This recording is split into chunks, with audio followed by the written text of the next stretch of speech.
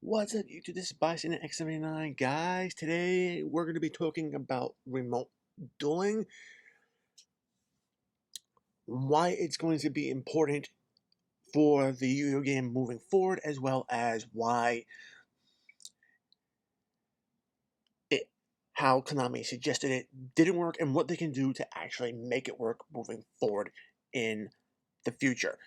Okay, remote dueling is insanely important, primarily because of the coronavirus. It's too easily spread.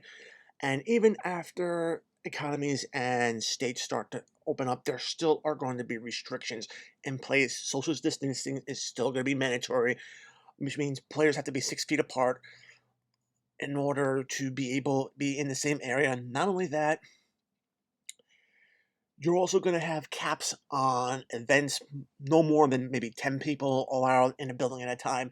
And that alone can make for some very bad situations, considering that if you're not one of the first 10 people at an event, you're not going to be getting into that event. With that being said, I think it's smart that the tournaments get moved online. I know Konami wanted a way for you to be able to play the physical card game through online. Uh, the way they suggested it, I don't think it's a very good idea. In fact, I actually thought it wasn't going to take off and completely fall flat on its face, which it kind of did. And we'll discuss that in a bit. To be very honest, what Konami really should be more concerned about is getting the results from official tournaments so they can actually utilize that data to formulate ban lists. Moving forward, I know Konami said not before June 1st is the next ban list, and I got a feeling they're probably going to have to turn around and do a little digging on their own in order to find online tournaments and utilize that data to justify the hits on the June ban list. However, moving forward, having an ability and having the OTSs set up official online tournaments, that would be a better thing. At least then Konami can actually monitor who's playing, get the data from the official tournaments, and actually allow the OTSs to be able to set up a network system to be able to possibly start larger online official events like regionals again. Okay? So, why didn't remote dueling work? Well, we can take a look at this setup right here. You need either a tripod or an arm. You need some sort of webcam or your phone, a way to connect it to your computer, your online device, whether it be a tablet or a computer. And then, of course, you need your mat and your deck in order to play. Okay, it looks like a very interesting setup, but here's the situation that I'm having. Not that many players are going to have the cable to connect their camera or phone to their computer. Furthermore, they might not have an arm or a tripod to utilize, so automatically that set of players is isolated out of this. The other problem is that some players, with their home office setups, with their computers or tablets, they don't have enough room to be able to set up their game mats in order to be able to play a physical card game. And that is another barrier, really, that can be problematic to actually doing this. To be very honest, I think Konami was trying too hard to reinvent the wheel. Skype duels were already kind of a thing before even the coronavirus pandemic started to spread like wildfire. And in my opinion, it wasn't that bad. I mean, it really required you to have a camera to communicate with your player, um, the ability to see your opponent's screen, your field, and at least some way to keep track of life points, whether you're doing with pen and paper or having a browser life point calculator.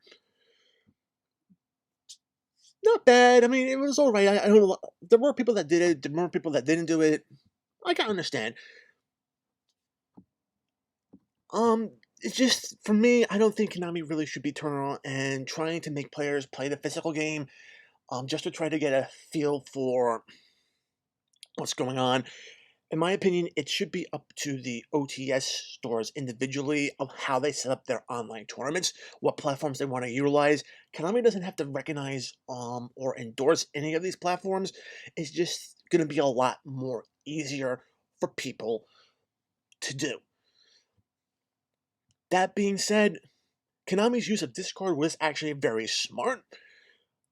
Discord server allows you to set up different voice channels so you can actually set particular matches in those voice channels and allow players to communicate while looking at the screens instead of having to pause to type out, oh, I'm activating this effect and stuff like that.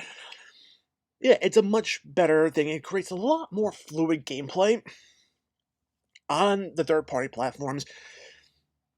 And to be very honest, it can allow official Konami judges to be able to jump into the matches if there are disputes. Because if anybody who has played on Dueling Book knows, it can be pretty hard to get a judge to come into your match to do a ruling because the judges on Dueling Book have so many things they have to do with so many matches going on at once.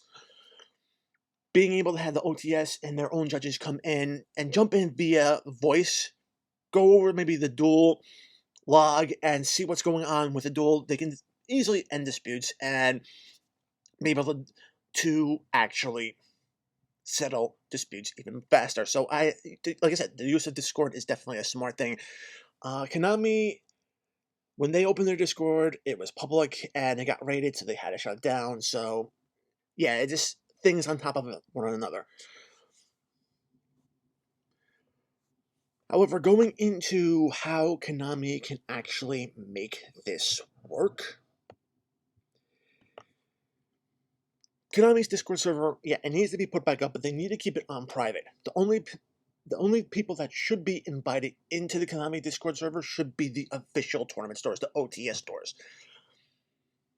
The OTS stores should have their own Discords, and this is going to allow a networking situation. This way, OTS stores that are within, say, Queens, New York, where I am, can probably know about each other, but they might not know about stores that are in Brooklyn or Manhattan or Staten Island, the Bronx, or further out on the island. So, in this particular situation, allowing the OTS stores to network, like I said, could allow them to actually pull their resources and do an online tournament, a larger online tournament in the style of regionals. It'll be an amazing resource for the OTS stores. I know there is specific Konami pricing for regionals, game mats, sleeves, deck boxes. Those can easily be mailed to the top players from Konami. The OTS stores could potentially sweeten the pot, possibly adding in a special coupon code only for the top players for an X percentage off of online orders, or even in-store orders. Depends on how they want to do things. I think that might be a little bit better. Help players support their OTSs, and it just allows players and OTSs to really be able to do a lot of different things. I actually like that idea. But then the next thing about it is that how are we going to get players to sign up? Well, Konami already has that set up for us right now. If we come down to this is the organized play section of the events.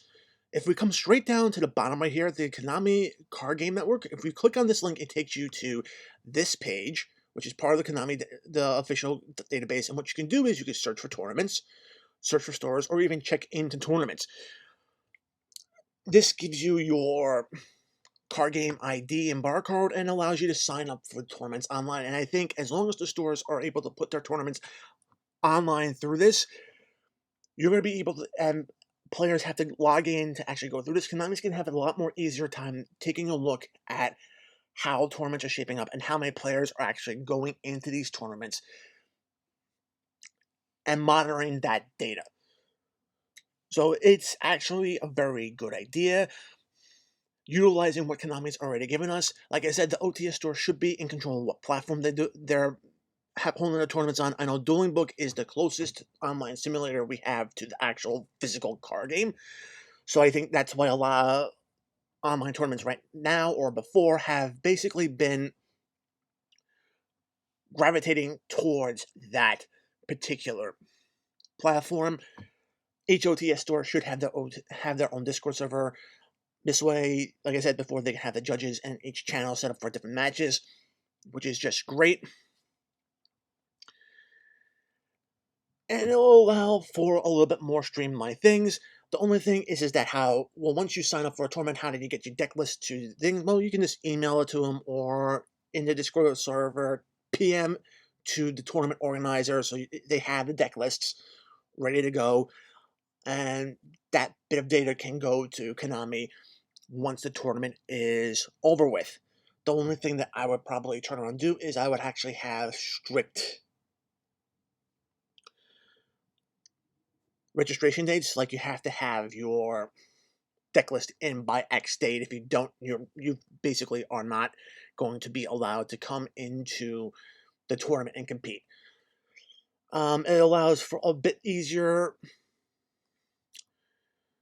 registration, and it just smooths things out. And then the OTS stores can just utilize the software and computer hardware that they have to formulate matchups and allow the tournament to get going. That's my ideas about remote dueling going forward in the future. Guys, let me know what you think about these ideas down in the comment section below. As always, if you like the video, give it a thumbs up. If you want to see more content like this on my channel, make sure to subscribe and enable notifications so you don't miss any uploads. Check out my affiliates, TCG Player, as well as SideDeckVersus.com. Find the invite link to my Discord server in the description box as well. Join the conversation. We'll love to have you. Follow me on social media. And guys, until next time, as always, peace.